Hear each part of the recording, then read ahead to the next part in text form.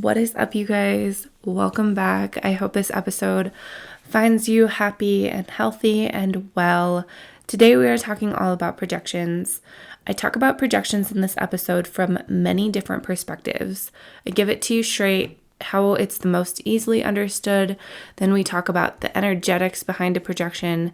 Then we talk about projections as mirrors.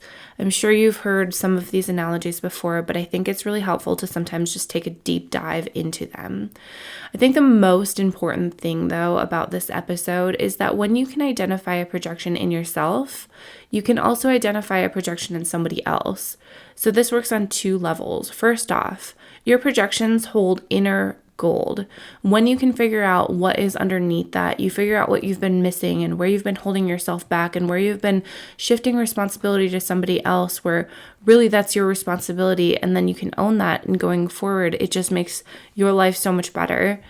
The other thing is that you can start to understand that when you're this object of somebody else's projection, what to do about that. You can stop taking somebody's judgment of you or projection of you as fact, and you can start to see that as just a reflection of them and where they are in their life and how they view the world. So I hope you guys really enjoyed this episode. I enjoyed recording it. Without further ado,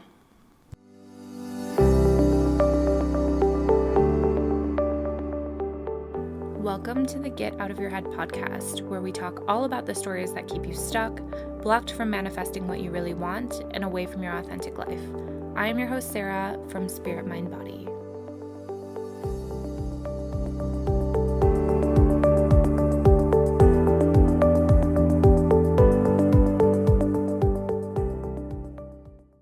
Hello, everyone, and welcome back. If you are returning, thank you for joining me today. If you are new, welcome. I am so happy to have you. Today, we are talking all about projections. This is an episode that I have been wanting to do for a long time. I think I've been talking about it for a long time. So I'm excited to finally put it into an episode and give it to you. Before we get started, I'm just going to give you a quick roadmap so you know exactly where we're going. In this episode, I'm going to talk about projections from a variety of different viewpoints, from a lot of different perspectives. So we're going to talk about the most simple perspective. I don't want to say it's unarguable, but it's pretty straightforward. Then I'm going to give you another perspective of how to see this energetically. And then I'm going to talk about how basically everybody is a mirror. Then I'm going to give you kind of like what to do if you're the object of somebody's projection. That can get really uncomfortable, and we have to be able to discern what is truth and what is somebody's opinion. And so we kind of get into that. And then I talk about what does it feel like when you are projecting. Then I talk about where you should look for your projections, how they show up, and how you can kind of turn it back on yourself to find out something new about yourself that maybe you've been missing. So the first time I ever heard about projections is when I was listening to a friend speak, and I think we were all kind of gathered over drinks and dinner, and she was talking and she said something like, whatever you don't like about someone else is actually something that you don't like about yourself. And when I first heard that, it sort of didn't make a ton of sense to me. And I think that, I've come a long way. And wherever you are in understanding projections, you could be completely, I don't get that at all. You could be somewhere in the middle where you're like, I accept that. And for a long time, I was that way. I accepted that, but I still didn't really get it. There's a difference between being able to repeat something back, like knowing, and then like knowing it in your soul because it's experiential for you. Does that make sense? So for a long time, I sort of knew intellectually, I knew that whatever I didn't like about someone else was actually a reflection of myself. But it really took the work, me doing the actual work, to get to know the experiential side of projections, how I am projecting. And so if you listen to this podcast and you follow along with a lot of things that I say, you're probably not completely foreign to the concept of projections, but sometimes I think that it's really useful to see these things from different perspectives and to explain them in different ways that maybe kind of resonate or hit home, so that you can look at yourself and say, okay, well, where am I projecting? Or how do I discern that somebody else's projection is not actually a reflection of me? It's really a reflection of them. Being able to sort through that is really valuable in this journey of life. If you are the object of somebody else's projection and you believe them, then you could be stopping yourself from what you're really wanting to do. You could be limiting yourself in so many ways. Equally, if you are projecting onto somebody else, you prevent yourself from looking at the things that you really need to look at in order to be the best version of yourself. And so it's really valuable to take a deep dive into this and bring some of these things to light. So remember a few episodes ago, I talked a little bit about how the shadow keeps itself hidden through these 12 different ways, and one of them were through projections. So projections are a really effective ego strategy to help you or anybody avoid looking at themselves. When I see something out there, I do not have to face it in here, right? And so the ego goes about putting on labels on other people and other things. And a lot of times, most often, these feel like judgments. And so what I can say is, oh, that person is so lazy, they're never going to get after their dreams. When I say that, I don't have to be accountable to myself for not getting after my own dreams. And so I will always, in my projection, if I say that person is so lazy, I can always compare myself to somebody that is in doing that. I compare myself to somebody who is seemingly more lazy so that I can make myself seem not lazy. And then I can kind of stay in denial about the fact that, I haven't gotten after what I needed to. That's just an example. There are so many different ways that projections show up. I would say a lot of times, though, the thing that makes us really uncomfortable is admitting that we haven't amounted to what we were meant to amount to.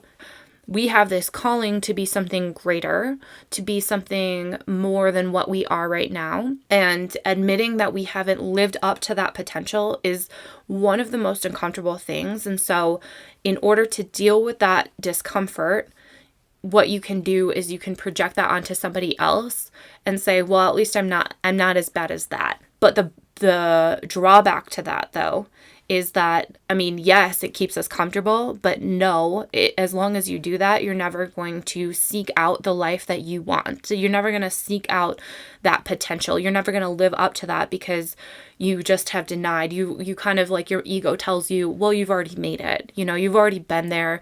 You're far past this person. And so it kind of moves you into this state of pride where it kind of is covering up some of these underlying negative emotions and maybe like some guilt, possibly some shame, maybe some apathy.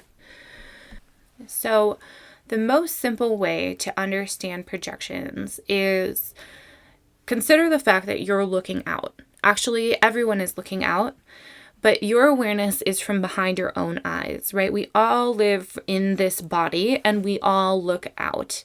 And that perspective that we all take has this lens over it. And that lens is shaped by a lifetime of experiences, your upbringing, your gender, your race, your socioeconomic status, your education, cultural norms and customs, your religion, whether you're a parent, what kind of job you've had, past wounds, etc., etc., etc. We all have this lens and we think that everybody sees the world objectively. We sort of forget on a day-to-day basis that we all have this lens that we're viewing through. And so we think that we're all seeing the same thing. We think that we're seeing every situation as objective. We think that that's the truth. But the truth is that we all see it through our lens, and that shapes our perception of it. And so in the most simple way, recognizing a projection is really just honoring the lens that you see your world through. You have this internal thing that's going on, and you're going to look at something or some situation and see it through your own personal lens. And that lens, yes, it's shaped by your history and all of the things that you've experienced, but it's also shaped on the moment-to-moment basis. It's shaped on the mood of the day. It's shaped on what, you're going through in life at this point. It's shaped by your most recent experiences. It's shaped by the news, by the media, and what goes on generally speaking, what you see on Facebook, all of that stuff feeds into the lens that you see the world.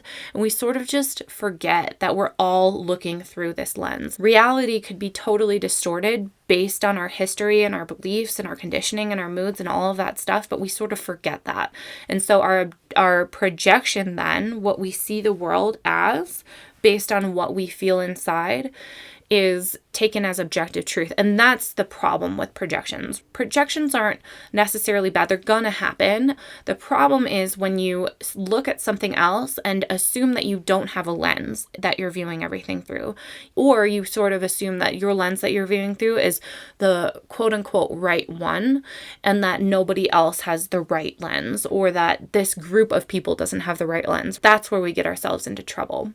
The second way to view projections is energetically. And okay, just to let you know, let's get it all out there. This is my intuition. This is the way that I understand it. Please don't take it as law.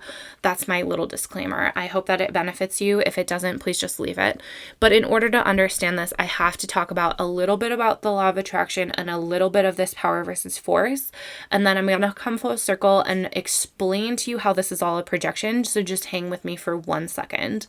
So the way that I've understood energetics is through some of these things like the law of attraction and through this power versus force idea or chart. So the law of attraction basically says that whatever you put out, you'll attract it to you. And actually, I believe it's a little bit different than that. I think that you're attracted to things versus them being attracted to you. And maybe it's like more of like a magnet, you're attracted to each other. But either way, usually this falls into the category of high vibe or low vibe. So if you're high vibe, you're going to attract good things to you. And if you're low vibe, you're going to attract bad things to you. I don't love that verbiage. It's just the general idea. And I'm just kind of explaining it. I think there's a lot of ways that the law of attraction falls short, and that is one of them, because I don't think it's so cut and dry. I don't think it's so high vibe or low vibe, good, bad. I don't think that's very helpful in a lot of different ways, and in fact, I think that it leads to a lot of spiritual bypassing, but that's neither here nor there, and I have to stay on track. So that's the law of attraction. And then when I couple that with this power versus force chart, okay, so if you don't have this chart in front of you, basically the power versus force chart is this rack and stack way that we view emotions. And what they did is some researchers got together and they did this muscle testing. And so muscle testing is basically this way of testing like a yes or no. And so if the answer is yes, you're strong. If the answer is no, you go weak.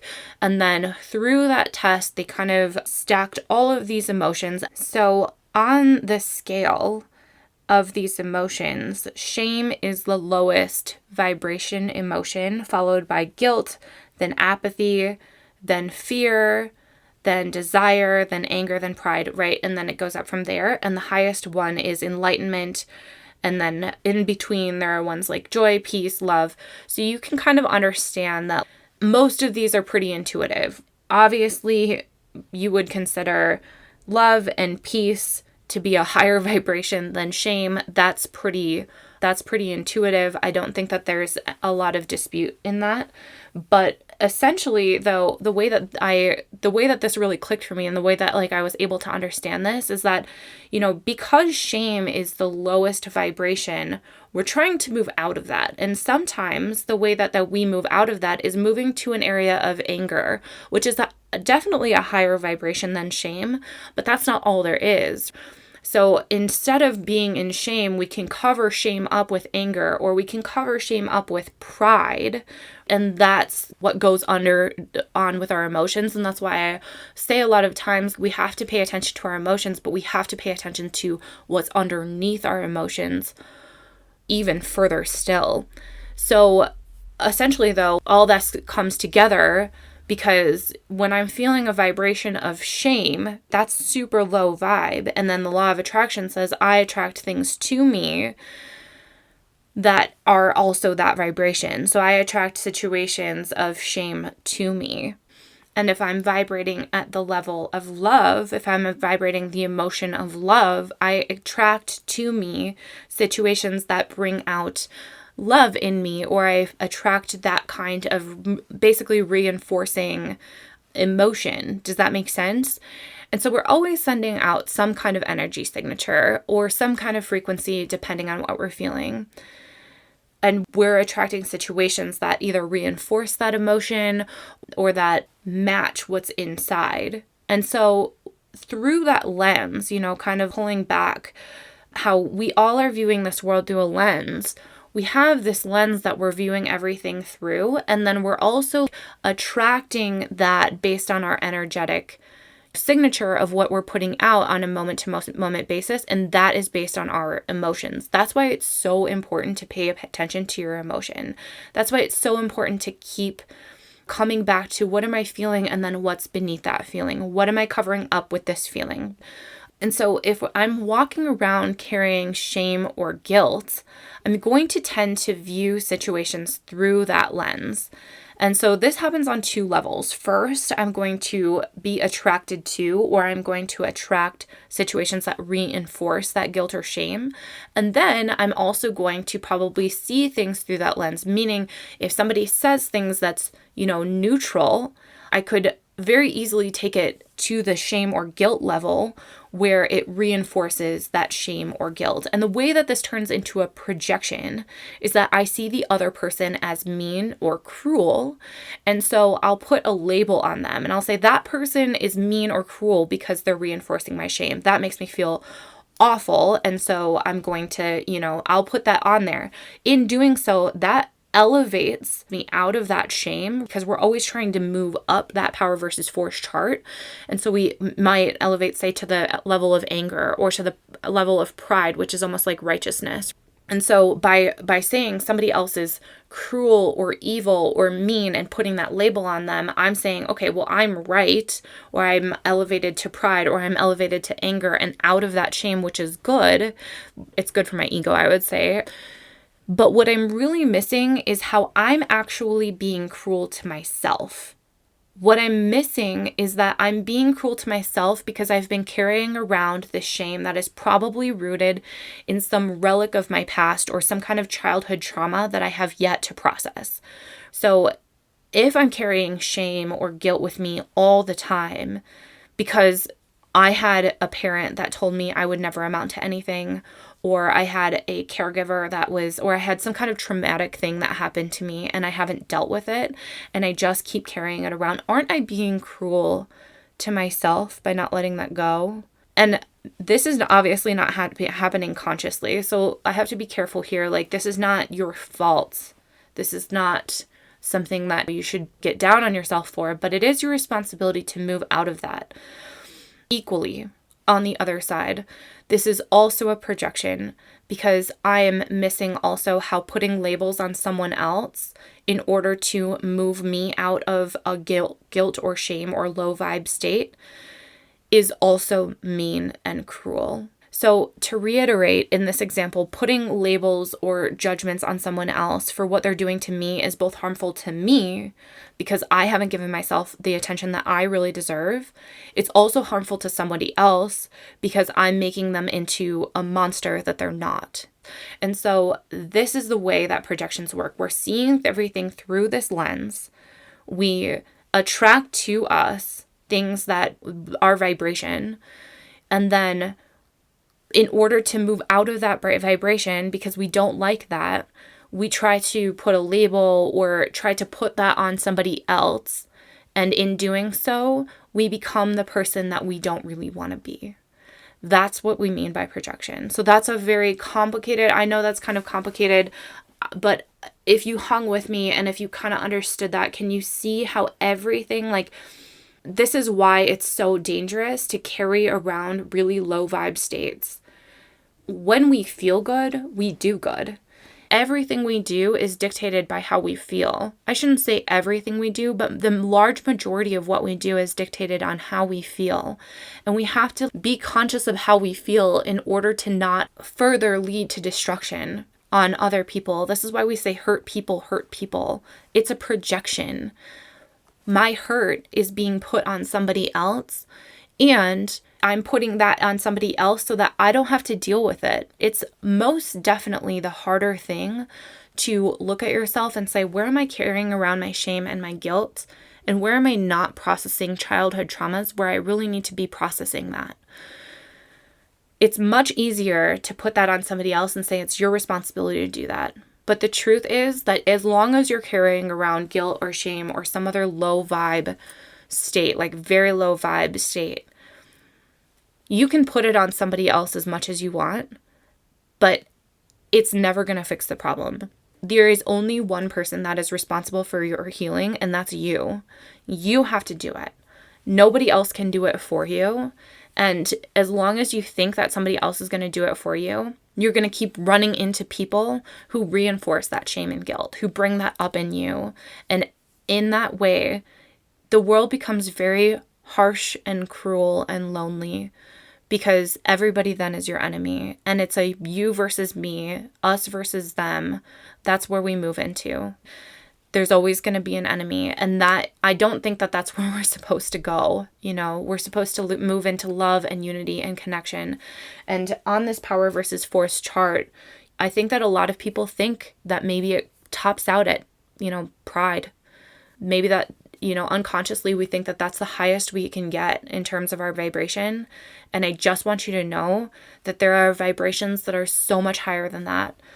There are vibrations of willingness, acceptance, peace, joy, love. And in order to get there, we have to move out of thinking that pride is it or anger is it. That is not the highest vibration we can go. We can go so much further than that. But we have to be open and willing to experience that. And we have to be open and willing to heal ourselves in order to experience that. Another way to put this is to see that everyone is a mirror. Sometimes the mirror is basically reflecting back to you your actual frequency. Sometimes you can be not drawn to this mirror, and sometimes you can definitely be drawn to this mirror. So the way that this projection works is that when you see someone as a mirror, they're reflecting back to you a vibrational frequency. And so that shows up as what you enjoy or what you're attracted to. It can also show up as what you hate. Whatever you're hating is actually something within yourself. So let that be an indication when you're saying, I don't like this, or I'm not drawn to this. Could you ask yourself, what does that mean about me? That's the way to turn it back as the projection, to turn it back on yourself so that you can heal some things.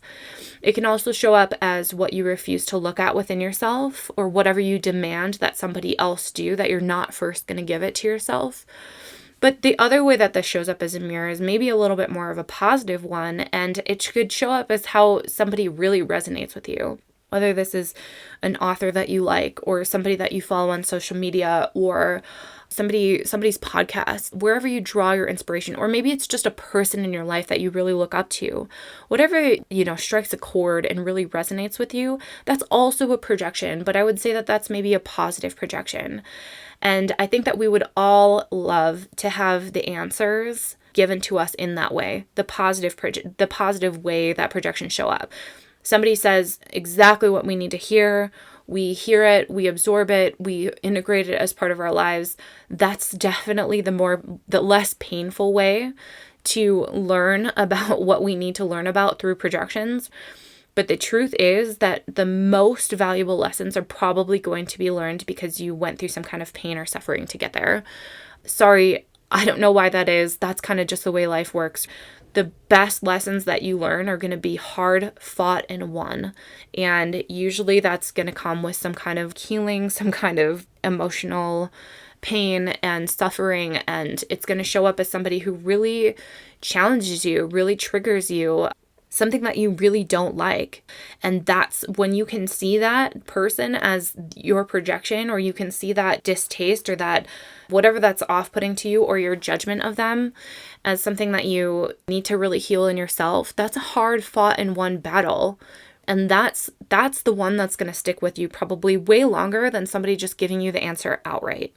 So just remember that as much as you hate, as much as we all hate, having to be triggered and having to deal with it and having to love and accept our enemies and really love and accept ourselves through that, that's the one that's going to be the most meaningful, and that's the one that's going to stick with you for a lifetime. So what do you do when you're the object of someone else's projection? I'd say that first and foremost, and it always comes back to this, you need to be really in touch with yourself and with your own guidance system. And it's really like a muscle that you need to flex and you need to practice and you need to get stronger with. If you're not in touch with your inner guidance system, that projection or that judgment or that label that someone else puts on you is going to feel like a fact. And so this is what it's going to look like. You're going to go to somebody else and say, hey, this is my plan. This is what I want to do. These are my big goals. And somebody's going to say, oh, you can't do that. They're going to estimate you in some way. Or if you tend to be really reliant on opinions of others, and that opinion is going to feel like a fact. You're going to say, they're going to say you can't do it. And then you're going to be like, you're right, I can't do it. When you're not in touch with your own inner guidance system, that, it's really hard to differentiate between somebody else's opinion and what's actually the truth. And so your opinion needs to matter more than anyone else's. And I have to be careful here because that can easily be sort of like narcissistic. It could easily somebody could take that and be like, oh, okay, so I shouldn't listen to anybody else. And that is not what I'm saying. But what I am saying is that you need to be in touch with what is in your own soul and your own inner world. And you need to be very discerning about whose opinions matter to you. And for me, here's the thing. My circle and the people whose opinions matter the most to me are chosen very carefully, and they are not by default. My circle is not necessarily the people that I grew up with. My circle is not necessarily my family. I love my family, but my circle, the people whose opinions matter to me are the people who are also in the trenches with me. They're the people who know what I'm going through. They're the people who have actually been there. If somebody wants to sit on the outside, because this is very easy for somebody to sit on the outside and judge away and to say, you can't do that, to underestimate you, to critique, to say, you should have done this better, you should have done it that way. But if you're not in it, sorry, but you don't have a lot of credibility in my eyes. And that's not to say that, I'm writing you off as a person. I'm just saying that on this topic, your voice doesn't really matter to me as much as my own inner voice does because I'm in the trenches. So it's very important to make sure that inner circle, whoever that is for you, is very carefully chosen. And if it's a stranger, I don't even care if it's a stranger with a high title. Say you want to become a biologist and you hear from a biology professor that you can't make it, that title doesn't mean shit and their opinion doesn't matter. If you don't know them, if it's a stranger and you don't know them and they're not in your inner circle, then you have no idea where they're coming from and their projection doesn't mean a lot. That's just my long-winded way of saying, please choose the people whose opinion that matters to you very carefully. And please do not take strangers' opinions as facts. It's probably their projection. So now we're going to talk about how do you know when you are projecting? And I think that this is really important because once you know what it feels like and what you do when you project, then you can identify it in others. Once you get really curious about how you project, it's really easy to call it out on somebody else and to see it. And it's not something that maybe you can articulate well. It's more of like an internal feeling. But again, the more work you do, the more you learn about yourself, the more you really learn about somebody else, right? Because we are constantly projecting. And I'm not saying everything is a projection, but a lot of things are, and most of the time it's unconscious. So the more you bring your conscious projections to light, the more you can identify that and be conscious of when other people are projecting onto you. And it benefits you because then you can see what you're missing in yourself. And when you see what you're missing in yourself, then you can step into the higher version of yourself. So first off, what does a projection feel like? I think that it feels very insecure at the heart of it. Remember the power versus force chart? Guilt and shame feel very awful. Oftentimes we have a hard time sitting with that, and so we're always trying to move out of it. And so we're trying to up level to feelings of, anger feels better than guilt or shame. Pride feels better than guilt or shame. Even apathy feels better than guilt or shame. Apathy would be like numbing in some way, settling into like, okay, well, whatever, at least I've sort of accepted it. And not like a good acceptance where it's not like this spiritual acceptance where you're like, okay, I accept this as part of my reality. It's sort of like acceptance, like this is all there is, I suppose. And I'm just gonna cope, and I'm just going to it probably comes with a level of numbing out. So we're always trying to elevate out of these really low vibe feelings. And what I would say is that I don't think that pride is a bad emotion to have, but it is on the lower end of the power versus force chart, right? There's so much more than pride, but sometimes we sort of think that pride is like, it's kind of where it caps out. And so I want to say that pure anger or pure pride it's going to feel different than pride that is achieved because you're covering up some kind of guilt or shame. Okay. The difference is that your pride, I'm talking about pride because it's higher up on that power versus force chart, right? We're always trying to, move out of that. The lower levels of emotion, like the lower vibration level of emotion. So when I elevate to a feeling of pride or anger, pure pride doesn't hinge on somebody else being worse than me. Pure pride isn't rooted in comparison. Pure pride is because you're proud of something you did and it stands on its own. It's kind of the same thing with anger. Pure anger is not because somebody else messes up. And the difference, I think, is like anger that's covered up by guilt or shame will always need that person to continue serving that agenda unconsciously of that guilt or shame. It's going to continue to evoke that guilt or shame in us, and we're not really going to let somebody off the hook. So if we come to somebody and we say, I'm angry because you did this to me and I'm standing up for myself, if it's pure anger, it's going to come out as a willingness to allow that person to make amends. And if it's not pure anger, you still are going to kind of like hold a grudge. You're still bound to that feeling of guilt and shame that's reinforced underneath that feeling.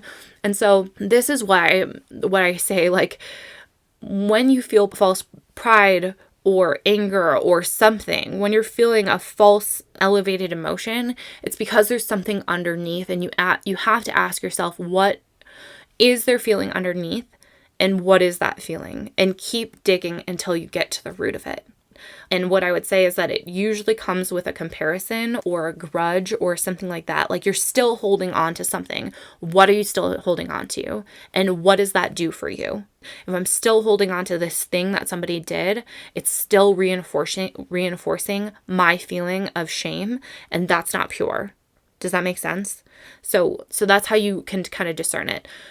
A projection will feel, or a projection, or sometimes like it appears as a judgment, will feel insecure. It hinges on somebody else being something else. If it's a pure emotion, if it's a pure judgment, it doesn't hinge, like you have no personal investment in it. Does that make sense? These things are not exactly straightforward, but I do think that if you have that internal guidance system and if you're in touch with yourself and your own emotions, you will be led exactly where you need to go, but you need to keep coming back to yourself.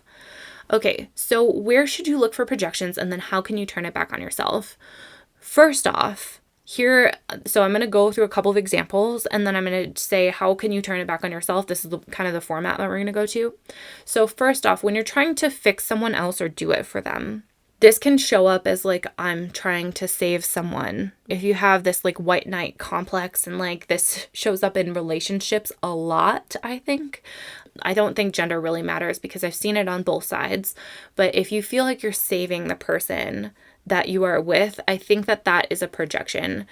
And the question is, how is me saving them preventing myself from looking at myself? Where am I trying to do it for them so that I don't evolve myself? Does that make sense? Because when my focus is outward, maybe it's because I've been there, done that. I'm trying to save them from a certain part of their life that I've already figured out. But in doing so, I'm not walking my own path. I'm not focused on myself. I've almost sort of stalled out at this one level, and I'm not allowing myself to grow more. And what you have to understand here is that every person has a path that is unique, and you cannot walk someone else's path for them. Whatever advice you're giving to someone else, how can you turn it back around and give it to yourself symbolically? Don't get wrapped up in the literal details, because that will prevent you from growing too. You have to see things as symbolically and as patterns instead of very, very literal, unique situations. So the second way that projections could show up is when you're judging someone, or you feel your inner critic nagging at them, or you're putting labels on someone else. Anytime we're putting labels on someone else or chalking them up to this certain thing, again, we have to ask ourselves, what am I covering up? What emotion is underneath that? How is this making me feel better than what I don't want to feel? And you have to get really curious on that. And what I would say is that a lot of times this could be just triggered by stress in general. We don't like feeling stress. Stress puts us into the worst versions of ourselves. It sucks us down into these negative emotions, right? And just to let you know, the Power versus Force chart is very powerful. I think it's really good, but I also don't think that it's all encompassing. And so there's so many different emotions that have not been included, and something like stress or anxiety or overwhelm is probably one of the lower level of emotions. I don't know exactly where it falls, but when we're doing that, we're also trying to move out of that stress. Because what does stress say to us when we're overwhelmed or when we're really stressed? It says, I can't handle this. I'm not good enough to handle this. It could say, this is overwhelming and I didn't have the capacity that I thought I did. It makes us feel like failures, and doesn't that put us into a level of guilt or shame, whether that's like specific or not? And so to move out of that, sometimes what we do, like I said, is we put labels on somebody else, and then they become our projection. We say, I can't handle this. It certainly will make me feel better to feel like somebody else also can't handle this. And so I'll put a label on somebody else. If you've read or, gotten into Brené Brown's research, what she says is that when we're feeling shame, the best way for us to not feel shame is to feel like we're not alone, because shame makes us feel like we're isolated, like we're alone, like we're faulty, like we are the only ones. The best way to get out of shame is through empathy. But if we don't have somebody to empathize with us, if we don't have somebody to say, me too, I've been there. And to be honest, it's very hard in this situation where we try to put our best lives on social media, on Instagram, and everything looks perfect. We don't have a lot of people raising their hands and saying, hey, I'm struggling, or I'm feeling overwhelmed, or I'm struggling with, sleep or anxiety or depression or whatever. We don't have a lot of people saying that. And so when you feel overwhelmed, it can easily feel like you're on an island. It can easily feel like you're all alone. And so what we unconsciously do, is we can put a label on somebody else, and that makes us feel like we're not alone. Instead of being empathetic, we're like forcing somebody else, and that's just a projection then. So pay attention. The so what to that one, though, is pay attention to yourself. Know your triggers. When you're stressed or overwhelmed, could you just label it? Could you just sit with it and say, anxiety, I'm feeling anxiety, and then pay attention to where it is in your body and how it's moving into your body? Could it be a call for you not to put a label on somebody else, but to sit with yourself and allow it to move through yourself and get really mindful? When you do that, what you realize is that your shame actually is just not like it's not as bad as you've been saying that it is, right? It's just emotion. It's just bodily sensations. It's just energy moving through you. And, like I've said before, the shame is real. That emotion is real. The story is not real, but the story is feeding that emotion. And so if you're focused on the story, it's just going to keep feeding it, and that emotion comes through unconsciously. And then we're always trying to wiggle our way out of it. Instead, if you pay attention to what is happening into your body, if you pay attention to the energetics of what's happening, then you can watch it with without the story, and then it moves through and out of you without you having to do damage to somebody else because they are now an object of your projection, or without you doing damage to yourself because you're latched onto a story. Does that make sense? Okay. The third one is when you're asking somebody to do something that you haven't done for yourself. And I think that this shows up a lot in relationships. We ask our partners to do things that we haven't done for ourselves. We say, well, you need to be there for me. You need to pay attention to me. You need to, know me better than I know myself. And it's unreasonable. And it's a fairy tale fantasy. And it's this story that we're fed from Disney from when we're so young. And we have to realize that that story doesn't really exist. The only person that's going to give that to you is yourself. First off, you need to ask yourself, hey, how have I shown up for myself first? And if you're not willing to show up for yourself, how can you possibly ask somebody else to do it for you? This is not to say, don't ask your partner to help you, okay? Let me be very clear. We do need help. We do need to ask our partners, our friends, our support system for help. When you know that, hey, I'm in the throes of shame right now, you need to have that person you can call and be really vulnerable with. But what I'm seeing, though, is, if you're asking them to do something that's unreasonable, or you're jumping the gun without being vulnerable yourself, or without, getting to the root of your emotion yourself, that's where we kind of run into problems. I think the most effective thing to do when you're feeling that, when you're saying like, hey, I'm in the throes of shame, I'm in the throes of guilt, I'm overwhelmed, I'm so stressed, call your support system, ask your partner, can you just sit with me? I'm feeling really vulnerable. This is how I feel. Without saying, I need you to do this for me.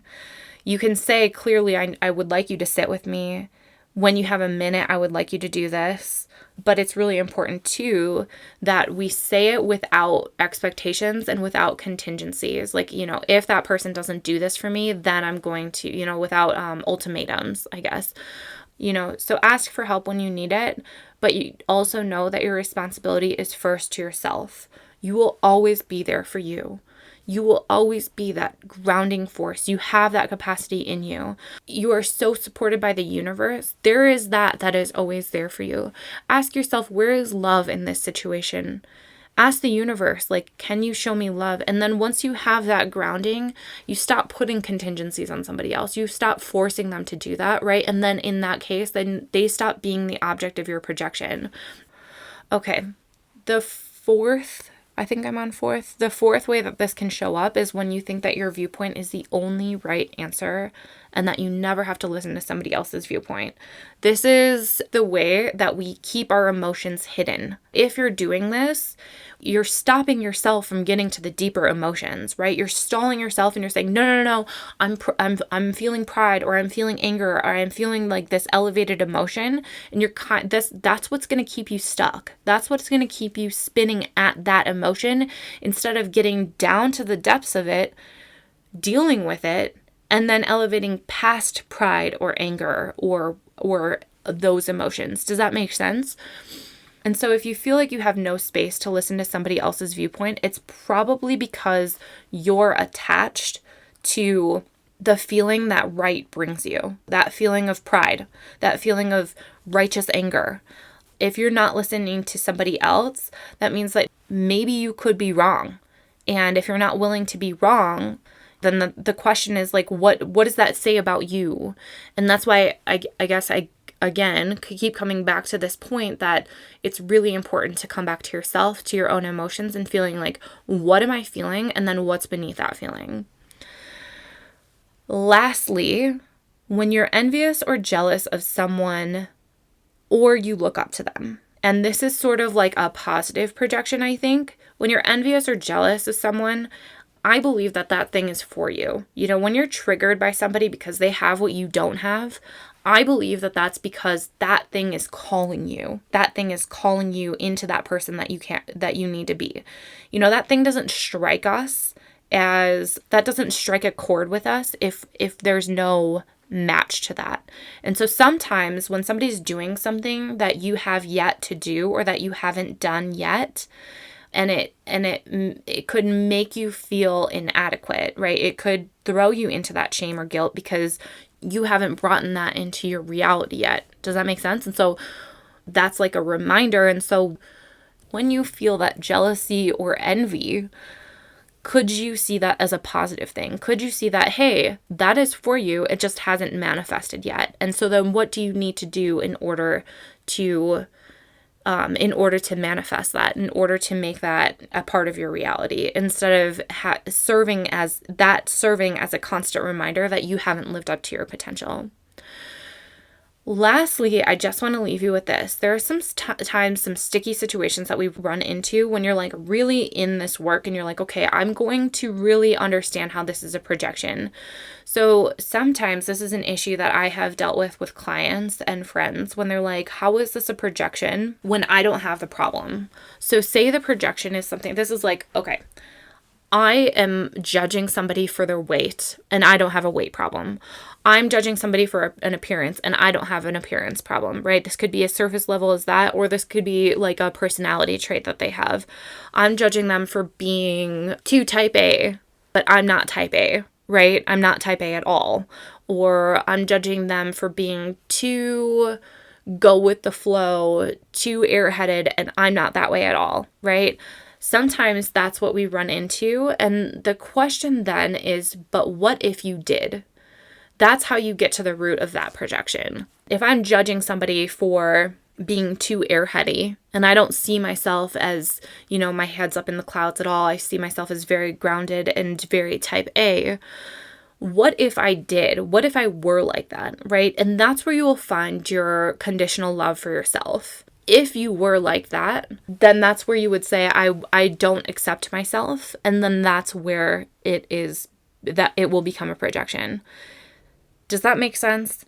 The other thing is see it symbolically. Say you're judging somebody because of their weight, and a lot of times this stuff kind of happens in our head because we don't really want to admit to it. But say you're judging somebody because of their weight and you don't have a weight problem, but say you have a different appearance problem or a different problem that could be sort of symbolically the same thing as having a weight problem. That's where you're going to find your projection. That is where you're going to find where you're being a little too hard on yourself and the things that are putting you into a guilt or shame state or story or emotion, and where you're trying to move out of it by placing that label on someone else. I know that sometimes these things can be a little confusing, and if you are needing some more support, I have some good news for you. I took a break from coaching for a while when my kids were really young, but now I am opening up some slots for some monthly coaching, or if you just wanted to book a single session, I have some spots for that as well. Please head over to my website. You can book straight through my website. If you have some more questions, you can shoot me an email, or you can follow me on social media, send me a DM, whatever works for you. I would love to talk to you. Sometimes I know that these things can be very difficult to uncover, and sometimes they can be, especially if you're like really committed to this, it can be very difficult when you're in it, and sometimes you just need a third party perspective to bring that to you. And so if that's kind of where you are, if that's where you're thinking and you just need a little support, shoot me a message, head over to my website, do some research, see if that would be good for you. And if you're not sure, you can always book a clarity call, which is just a 20-minute call with me, and we can see if we'd be a good fit to work together. So if that's you, I would love to hear from you. I would love to work with you. I hope you guys enjoyed this episode. Thank you again so much for joining me, and I will see you next time. If you enjoyed this episode, I would invite you to subscribe, share it with someone you know, and leave an honest rating or review. You can also connect with me through Instagram at spiritmind.body, through YouTube, or my website. Links to all of these can be found in the show notes below. This work is not easy and requires tremendous self-reflection, grit, and a willingness to be misunderstood, and for that, I honor every single one of you for showing up for your authentic self. Until next time.